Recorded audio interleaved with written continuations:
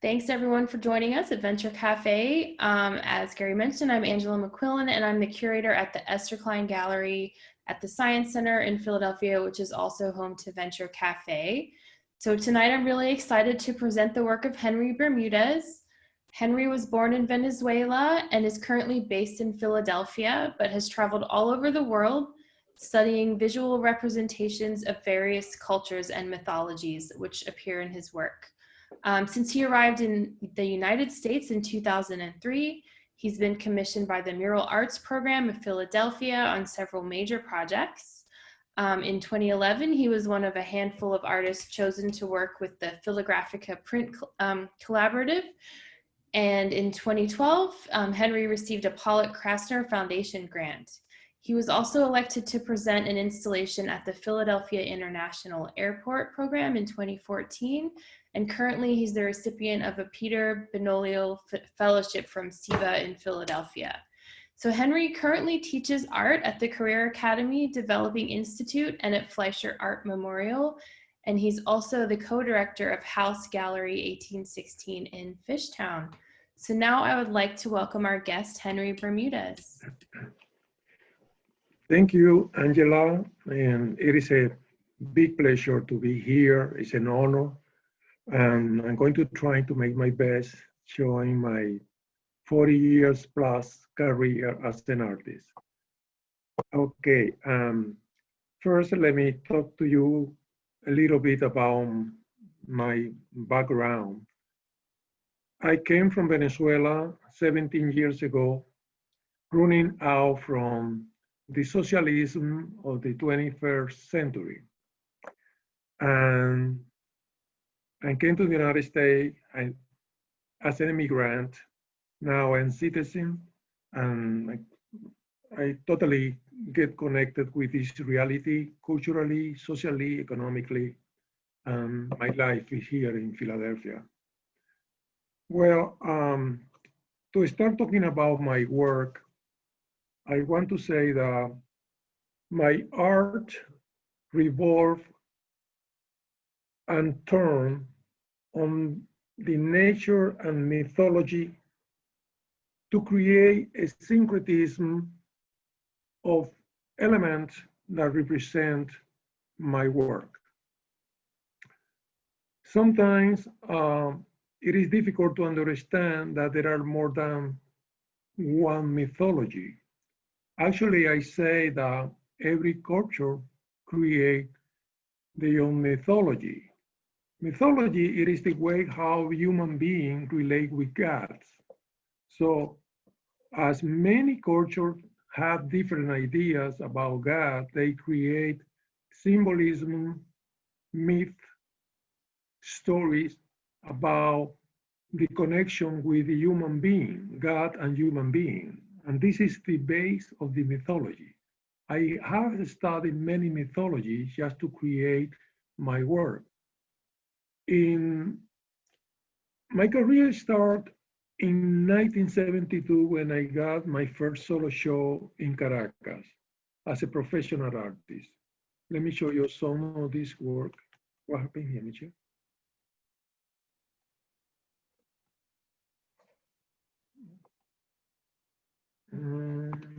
Okay, we got it here. How can I make it a little lower? Can you see the image? Okay, this is one of my first drawings, 1972.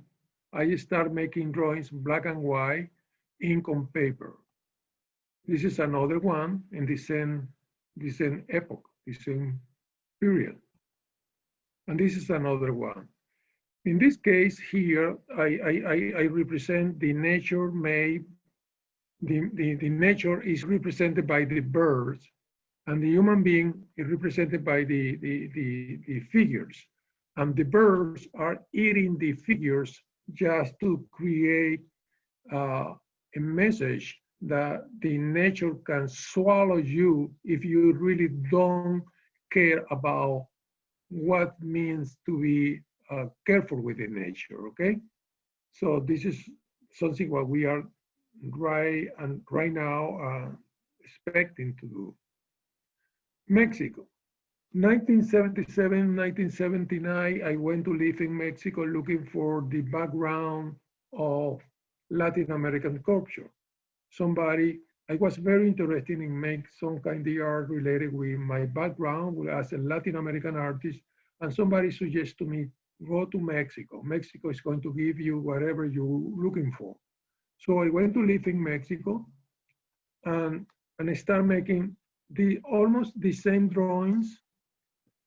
This is a Mexico colonial Roma neighborhood where I was living. It is one of the most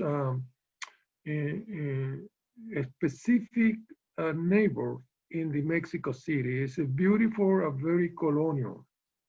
So this drawing is called Everybody Find Its Own Way. So it is just a metaphor how people are able to run away, to fly, and to be connected with the idea of escape, so many things. It's very metaphorical. This is another drawing from Mexico. It is a bird behind bars, just eating people. New York, 1981, 1983. After Mexico, I discovered New York. I never hear to talk about New York so much as I was in Mexico, and created in my mind the idea that I had to visit this city. So I went to New York for the first time in 1980 to see the 1,000 painting of Picasso and the MoMA, and I decided to return. So I asked for a scholarship to the government, Caracas government, and I won the scholarship, so I moved to New York with my family. So I spent almost 2 years there. This is one of the works from New York. In New York, the idea of the color appeared in my work. Of course, it was the influence of being living in Mexico that was browning in my ser. So the idea of color was taking control in my work. So in Mexico, I learned about the color, but I didn't apply color to my work. So the work started appearing in the color started appearing in my work when I was in New York. This is one of these. This is a Central Park in New York. So I started mixing my mythology, my idea of art with the more, how can I say, emblematic element of New York, Central Park. Of course, this is a different Central Park. It's my own Central Park. There are big pieces in New York. I learned to make big, large canvas. This is ink acrylic on canvas. This is maybe 7 feet high, 6 feet wide, very large. When I returned from Rome, from New York, I moved to Rome because I was invited to represent Venezuela at the Venice Biennial. So I decided to paint the paintings to participate in the Venice Biennial in Italy. So I moved to Rome and spent almost a year and a half in Rome. This is one of the painting that was part of my show on the Venice Biennial. It's called the Egyptian serpent. One of the symbols that I learned in Mexico was the Quetzalcoatl, the feathered snake. But this Egyptian snake, it is in the Vatican Museum, and it is a Roman mosaic. So I got the idea of this painting from the Roman mosaic that I saw in the Vatican Museum, and I put it inside on my own idea of landscape. I consider that all my life I had been painting landscapes. This is another painting made in Rome, and this was in the show and the Venice Biennial too, Venezuelan Pavilion, and it is about the prohibited tree from the paradise. So the snake, the feather snake, is turning around the tree, just maybe waiting for Eve to get close to offer an apple. There are many apples in the tree, and Adam is a little hidden there. He's around. Homage to Giotto, #1. So all of these influence of the Catholic religion mythology exploded in my mind when I was living in Rome, visiting so many churches and the Vatican Museum and all of this. And one day I found one of the most beautiful cross paint, a crucifix painted by Giotto. And I got so really impressed with that I decided to make my own crucifix. In this case, I put the snake. The snake represents the good God from the Aztec mythology called Quetzalcoatl. Quetzalcoatl was the good God who taught the Aztec people how to cultivate, how to relate to each other, and how to be peaceful and fair. So the God on the cross trying to resemble the situation, the defeated culture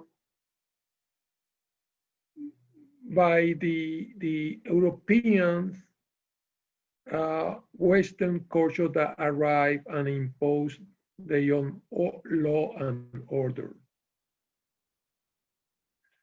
Resting Snake, it is another painting made in that moment in Rome. It's just relating about how people and nature could be together. All of these are very big sizes. They are, I don't know how many, maybe 7 feet high or 8 feet high by 5 feet wide. All on canvas, all of them. This is another painting from the same period. It's in black and white. The reproduction is in black and white, but it's full color in the original. And it is the semblance, the relation between a human being and a bird.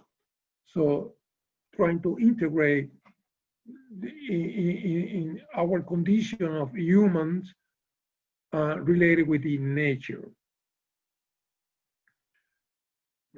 Return from Rome in Venezuela, 1987, 1995. In Italy, I learned something very interesting, very important that changed a lot about my work. When I was visiting the Florence, I went to the Uffizi Museum, and I learned about this painting called La Duchessa di Urbino, a painting made by Pietro La Francesca, a Renaissance artist. When I went out from the museum, I walked down the street and I found a second-hand bookshop, and went into this bookshop and I found some prints, reproduction from the museums, work from the museums. So I bought many of them And one of them was the La Duquesa de Urbino that I saw in the museum. When I returned to Rome after the event in Venice with the opening and celebration for the biennial, and I was in Rome, back from Venice, I was looking to the prints, to the laminals that I bought in the second hand shop, and I saw that La Duquesa de Urbino was painted in 1492. So the same year that Cristoforo Colombo arrived in the New World. So for me, it was a very interesting indication that the Renaissance that had been enjoying in my stay in Italy was exactly what culturally Cristoforo Colombo brought to the New World. So as we are a race that came out with the mixture of the three basic races, because we are a mixture of European, indigenous, and Africans, she is going to represent the European culture in my background. So here she is passing by in one of my landscape, and all the gold in the background represent the only interest that Europeans people have in his journey to the New World. They came to the New World just to be rich, just to find gold, no other idea, no other principle, no other interest. Here, I continue working with the idea of the prohibited tree from the paradise. Here, Quetzalcoatl, who is at the same time the prohibited snake, have the apple in the peak, waiting for Eve to come around. And you see all the background is gold. So still being representing the richness of this new world that produced so much gold and silver for the old for the kingdoms in Europe. This is another painting de la Duquesa de Urbino, become like a flower. Why? Because why become a flower? Easy. It is like a seed that you put in the ground, and this seed germinate and produce roots that is going to feed the seed to grow from the minerals and nutrients from that ground. That's what happened with the European culture. To represent European culture. So this European culture was planted in our soil and got fed by the minerals and all the nutrients and grow a new culture.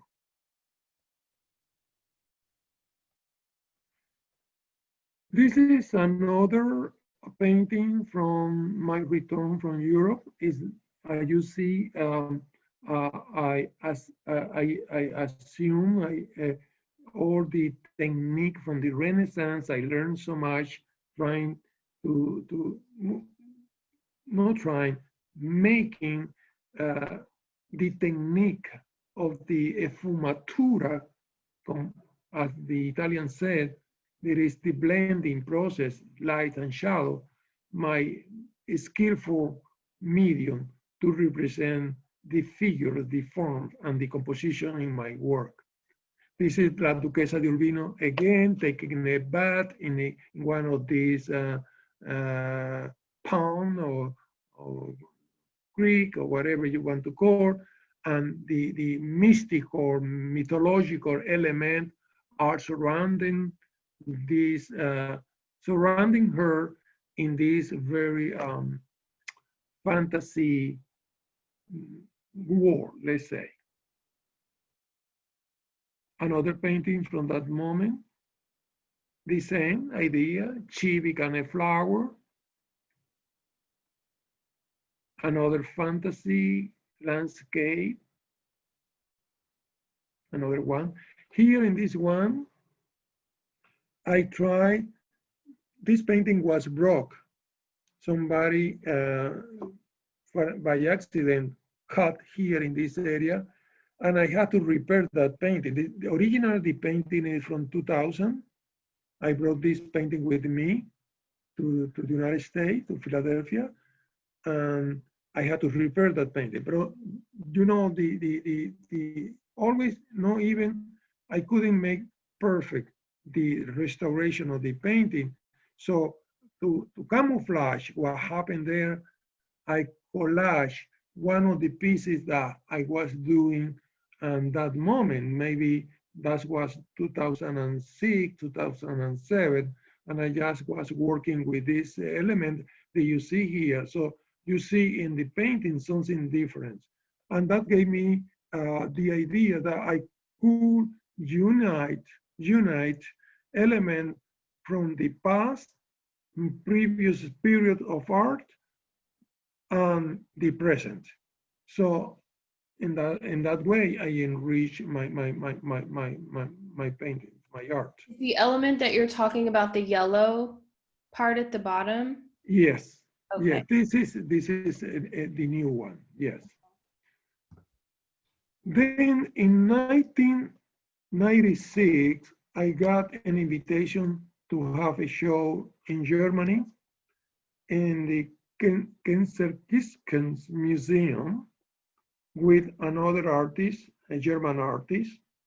And I moved to Germany, to Essen, to live in Essen for 6 months, where I have chance to interact with the German culture, to meet with the people, to understand a little bit how they think, how they feel.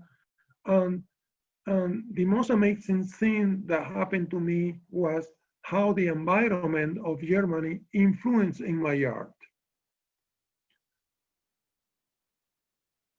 I felt that in Germany, my color was gone. Everything became gray, everything became monochromatic. This painting here is a triptych. The two sizes in the two edges are oil on canvas, and the centerpiece is drawing pastel on wood, plywood. So I have the idea that my color was gone when I saw this painting again. Even that I kept the elements, the mythological elements in my work that maybe was more profound, deeply connected when I was in Germany. I don't know why I saw Germany a little more like spiritual, like magical things. It's a very quiet city, Essen, even that is one of the most important in Germany. When I went to Berlin, I didn't feel the same energy and contrast that when I was in New York. So for me, was very quiet, very spiritual, and this is, I don't know how it happened, but look at this. This is in Germany. So La Duquesa de Urbino is still being there, and I use this horse head. I repeat it in monocolors, monochrome. These are big sizes too. These are, maybe this is could be 18 feet by 8 feet high. and the previous one was big too. This was 16 feet long and 8 feet high. After my experience in Germany, I returned to Venezuela in 1988, and the connection with German experience start here. My painting began in one way or another, I don't know how to say it, monochrome. So now they are not gray, but they are in this brownish gold colors, you know. The mythology is still being there, very profound, very baroque paintings, you know. This is another big, huge painting. This is in the Museum of Contemporary Art of Caracas. This is another painting from that period. This is another one. I'm sorry if you already mentioned this, but when you make your really big pieces, do you make them in sections or is it just one huge canvas? One huge canvas. Okay, wow, that's so impressive. Well, the previous one, this one is 4 panels. Every one could be 8 feet high by 4 inches wide, more or less, you know. These are a little less, but they are big. This is big too. Maybe this is one big panel. Maybe this is 10 feet by 8 feet, something like that. This is another painting from the same period. Elevation. This is a very mystical painting. In this painting, represented by Quetzalcoatl, the feathered snake, with this mythological animal, because what I do is that I take elements from different cultures, mythologicals, figures that has been developed in different cultures mythologically, and I use them in the random way. I don't care about what is the meaning. I'm more interested in the form, in the shape, in the colors, in what, more than what they mean. The means is my own means. So I don't want really to reproduce any idea of the Greek mythology or the Aztec mythology. I use the element and recreate them, recompose them, and create my own composition. But this is something that elevations, it is the most, this is, in this painting, it is a very big too. This is 8 feet high by maybe 5 feet wide. It is the it is the biggest connection with the spirituality that I have found in my work. I really love this painting. This painting is with me. All of the painting that you saw before, they belong to private collections. So I keep this with me. This is in Venezuela, Maracaibo. This is the dancing around of the tree of life. It is a celebration of love. The snake, the plum snake that represents the evil in the prohibited tree is congratulating itself because they make Adam and Eve so happy that they really understood each other and they dance in circle. So as you see, I mix different mythology. I talking about the prohibited tree in the paradise that become from the Christian culture and the Aztec mythology in this case. But the dancer is the idea of Matisse's work. So I take from many sources idea to create my work. Philadelphia, interesting. I was very successful artist in my country. I was one of the top artists. Can you imagine? I represent Venezuela and the Venezuelans, man. I was selling my art full hand. Everything I paint, I selling and selling and selling. I was making trip, going to New York, to Europe, to South America. Whenever I went, I had the money to do that. In 1998, the socialism of the 20th century arrived in Venezuela. You know what is that? Everybody know what happened in Venezuela now? Venezuela is a country is totally broke. Venezuela have no food. People are starving. Venezuelans have no gasoline now. Venezuelans have 3 or 4 days in a row blackout, no electricity, no job. This completely broke country, completely broke. And I had to escape. I had to escape the situation of the socialism. And you know what happened here now? Everybody talking about socialism. And I have a saying, the best way to reach the socialism is to create poor people. They are going to do this faster. Okay, leave it like that. Let's continue. I arrived in Philadelphia and I started making a different work.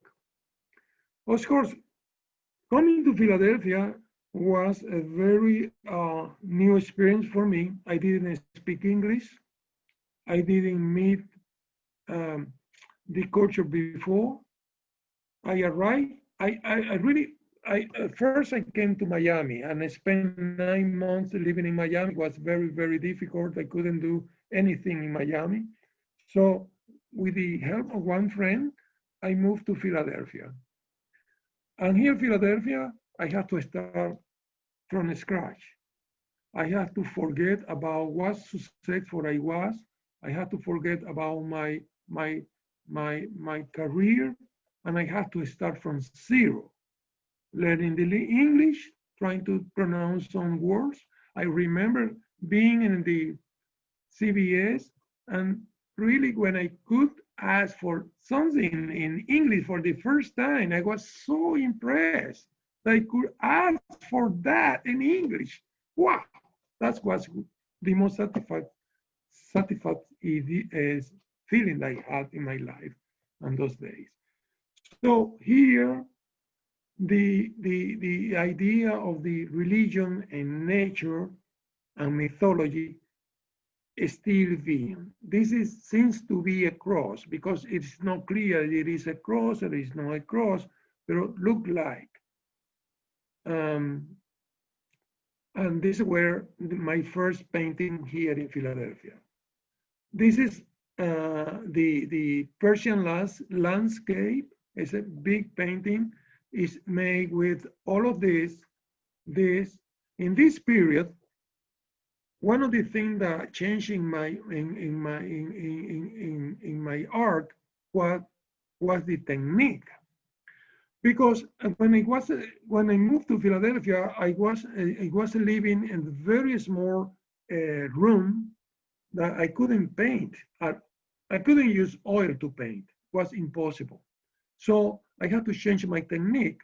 And here in Philadelphia, I saw many artists working with paper in different way. Artists who really use the paper more in the craft way than artistic way. And that's, for me, was a revelation that I could really do many things with the paper. So I start making drawings, painting these drawings, and cut it out, and glue down on the canvas, painting the canvas in black as a background, and using that you see there is gold leaf. So I enrich my art with another different technique never done before. So this is in the same technique, cut out paper, already paint and glue down on canvas. There are two levels there. The background that is totally black and some red in some area, and the paper. And also in some area there are the dots, the golden dots. This is another painting from that moment. This is 48 by 48. This is another painting from that moment. The basketball player. This is just looking around into this sculpture. The basketball is a very popular sport here, so I took this idea from there. Centerpiece. Talking about emigration, when you see this element, these figures floating, flying around the cosmos, this is something that happened to me. I took a plane going to Miami, then I took another plane to go to Philadelphia, and I was flying in the cosmos. I didn't know what is going to be my future. I didn't know what's going to happen in my life, what I'm going to get. I just move intuitively. I have no idea what was my next step. The Heaven. The Heaven is a very interesting show that I did in a gallery that doesn't exist today in Philadelphia called Projects. I was very, very into mystical attitude. I was making from time to time some murals with mural art, and that made me so little money that allowed me to pay the rent, buy food, but I have no any possibility of nothing in front of me. The gallery offered me the space for a show, and the only thing I had was make this show to happen. This is a painting that is 16 feet long, 8 feet high, 4 panels. So looking to the heaven is an expression very common in Latin America. When you are desperate, when you have nothing in front of you, when you are really desperate, what I'm going to do? God, help me. God, don't forget me. You look to the heaven to ask for something. So this painting, it is the heaven, how I saw the heaven in those days. It is the same, one background in black, cut paper painted and glued down with dots, different dots, golden dot and silver dot. So these are details on the same paintings. Being here in Philadelphia, from time to time, I get nostalgic, and ideas came from there. In Venezuela, Mr. von Humboldt, who was a botanist, he came to Venezuela in 1980 something. I don't remember exactly the date. And he researched the Orinoco River going in very deep inside of the jungle, Amazon jungle. And he created a volume of text and research and drawings and all of this of the flora and fauna of that region. In Venezuela, is very well known because Alexander von Humboldt have many monuments in Venezuela. One of the best hotels is called Humboldt. We have highway called Humboldt. We have parks called Humboldt. So it's very common name.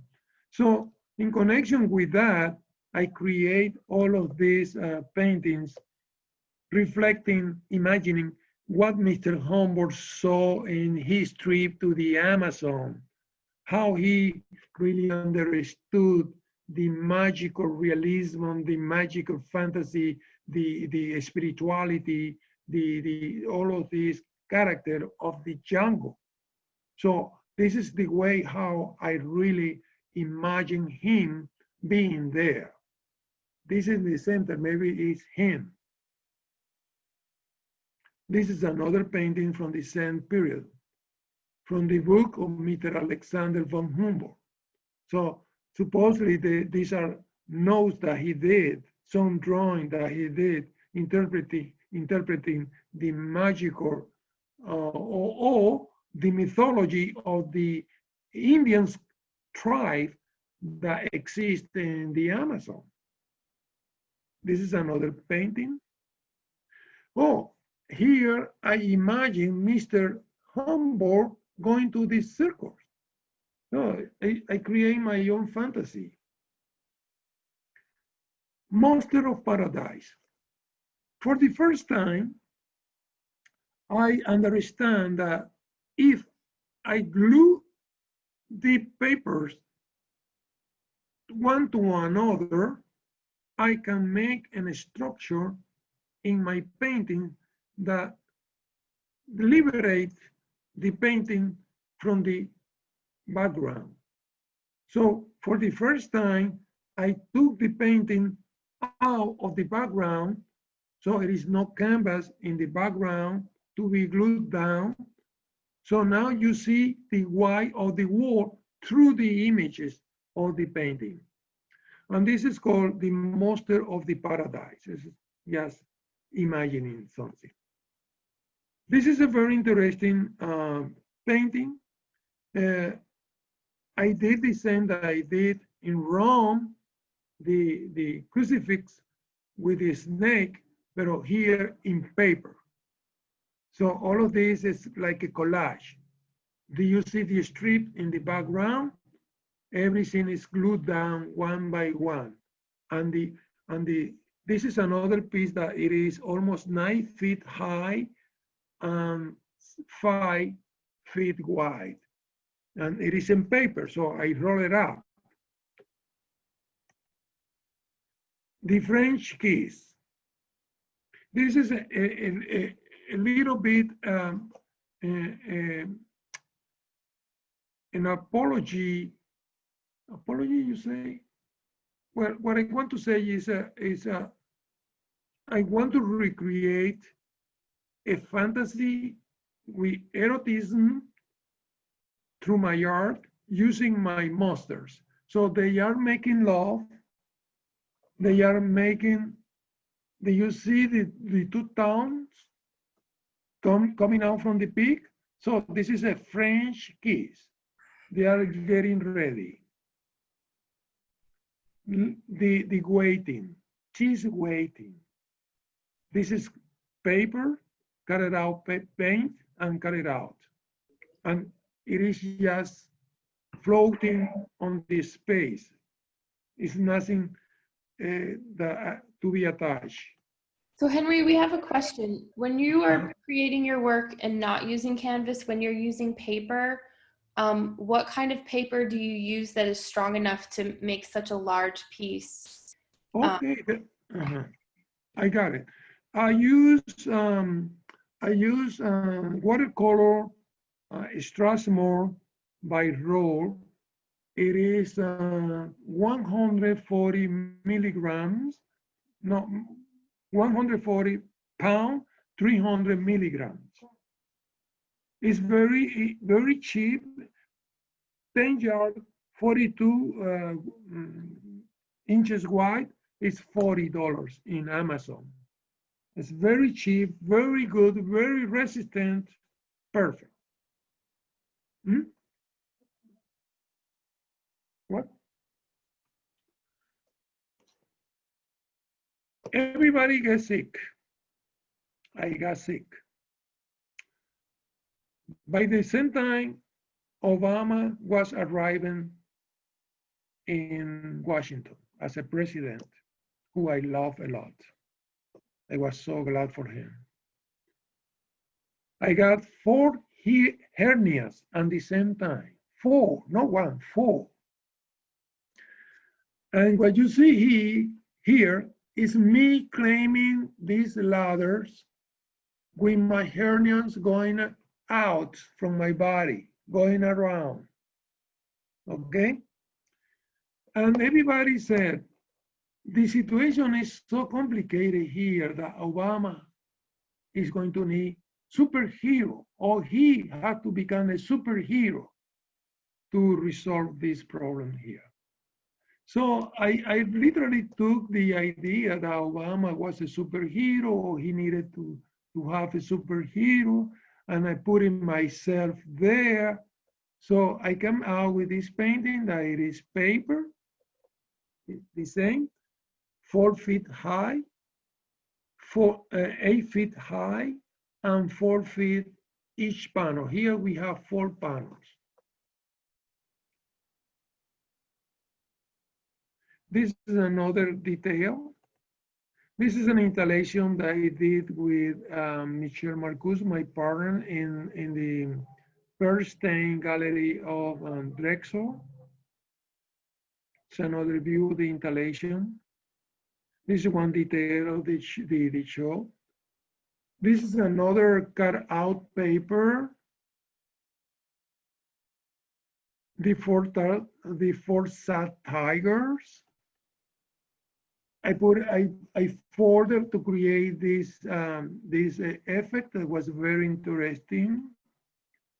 Here it is the moon, cut it out paper. For the first time here, I separate elements from the core of the painting.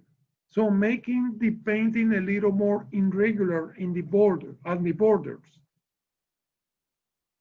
Here, now more free, more freedom with this painting. Suddenly I came back, another remembering, and become nostalgic. This period I call the visitors.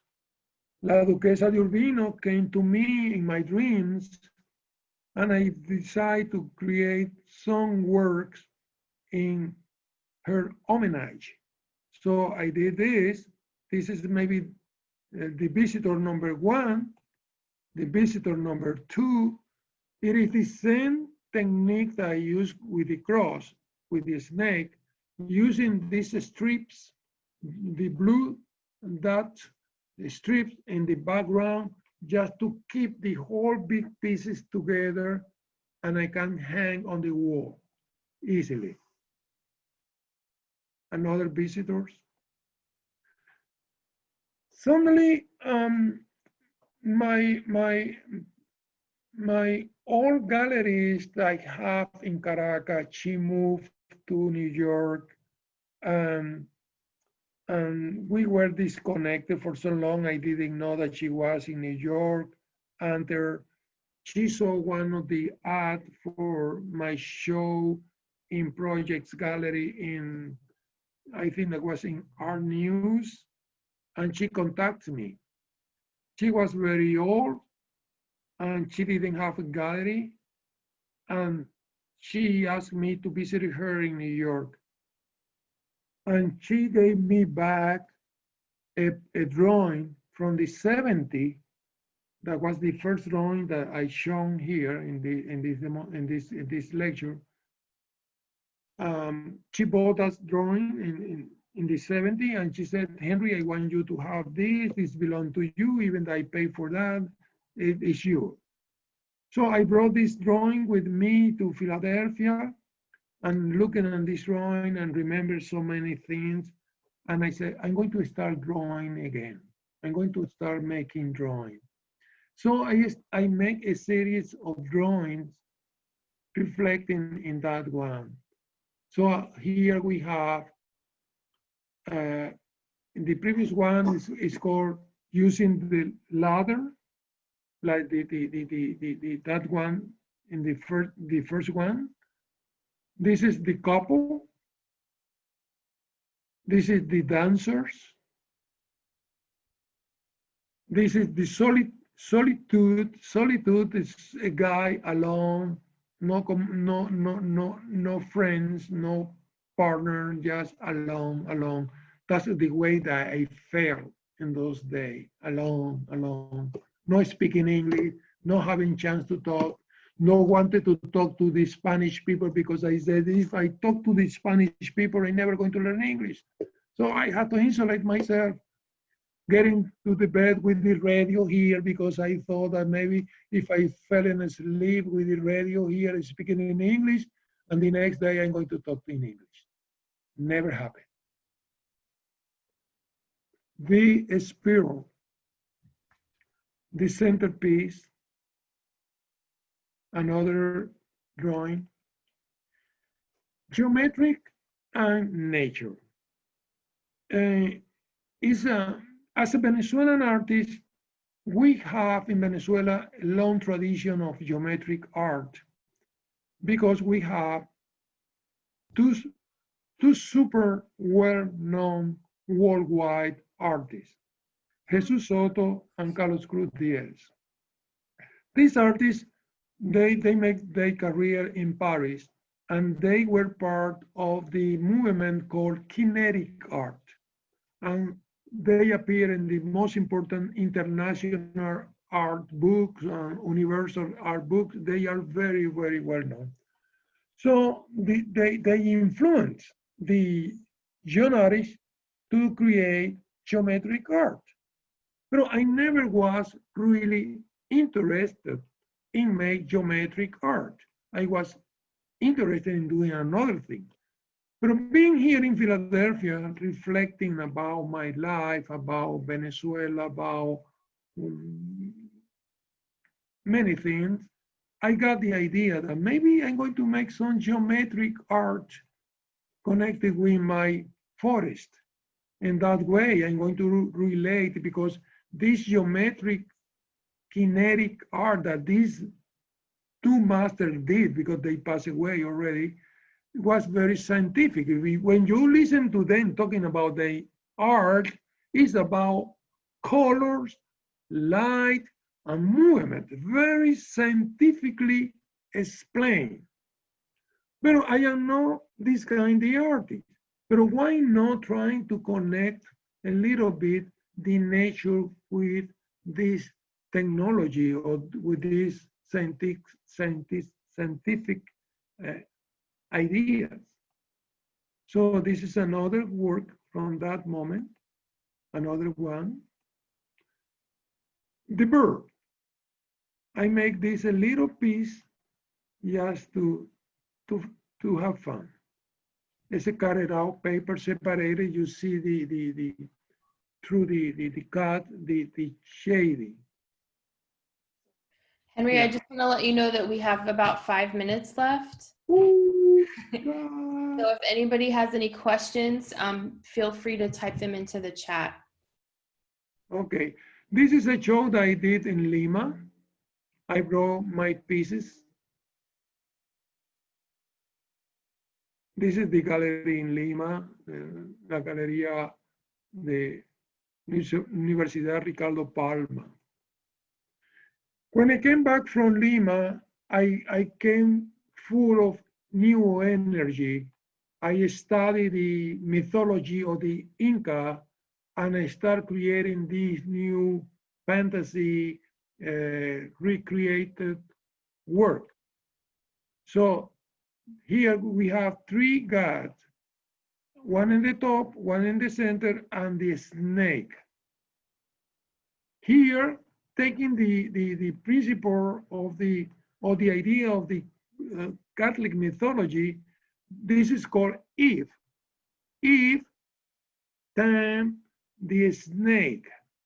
So it is, mixed ideas, It's beautiful snake, full of color, background full of color, because the color in the craft in Peru is all over. The houses are painted with these most beautiful, brilliant colors. Everything is colors there. So the color came into myself again, came out in my work. Nube de agua. Do you see in one here a little animal? It is a leopard with the rainbow coming out from his mouth. This is the symbol of the rain from the Inca culture. Not only Inca, in the whole different cultures in Peru that they are very, very antique, very old. This symbol was present in all of them. It's called nube de agua, cloud full of water. This is when you see the sky dark, that is going to rain. Okay, this is a painting that resembles that. This is a show that I did in the Delaware Contemporary, and you see the paintings. This is another vision, another view. This is a drawing that I did when I returned from Peru. This is a drawing that I did inspired in very old antique ceramic from the Chan Chan culture. Chan Chan culture have more than 5,000 years old. So what you see in the center, all this geometric form, little triangles, they are interpret. They are in the ceramic, but I reinterpret and connected with my background, with my forest from the vine that I paint. This is called Lima 2, and this is called Lima 1. Now I start thinking about Bermudez again, my relationship with the African culture, and then I make this show Fletcher Art Memorial called Bermudez. So there are Africans, there's she's a model who posed for me. Of course, she's an African American. I use her to create my environment. I put a mask in front of her face. Nube. And this is the view of the gallery in Fletcher. Then I got the three-dimensionality in my work. So I start folding the paper to the front. So I start making 3D pieces of art. This is cardboard. And this is the last piece that I have done in my show in Taller Puertorriqueño. That was the past March 7 was the opening. That's amazing. Yeah, and had to be, this is one side, it is another side, but I didn't find the Wow. Then here in America, I have been confronted with the situation that we are living here. Remember that I am a citizen now. I suffer in the same situation I'm going to die here in this country. And this is called the Second Amendment. And then you see the flag, yeah, half mast in symbol of mourning for all this mass killing. Yeah. Henry, I'm sorry, I'm gonna have to stop you there, only because we've hit 4 o'clock, but this has been a beautiful presentation, and I really appreciate you being here with us today. We have one question from Rosemary. She wanted to know, do you use a knife to cut all your paper? Yes, yeah? Exacto knife, yes. A very sharp blade. Got it. Oh my God, I buy by hundreds. Yeah. And I'm sure it takes a lot of time. Yeah, okay, but I Well, don't think we enough. really appreciate you showing us such an extensive and beautiful body of work. You're a very talented artist, and Thank you. I found your work very inspiring. And I love how you've persisted in your career despite any obstacles. So thank you so much. Thank you to you or you, because this has been a very nice opportunity for me to talk and be present with you. Thank you so much for this opportunity. Thank you. Thanks everyone for coming. Bye. Bravo! Woohoo! Oh, Hey, Henry. thank you, Margarita. Beautiful. Thank you. All right, Thank guys, I'm stopping the recording now. you.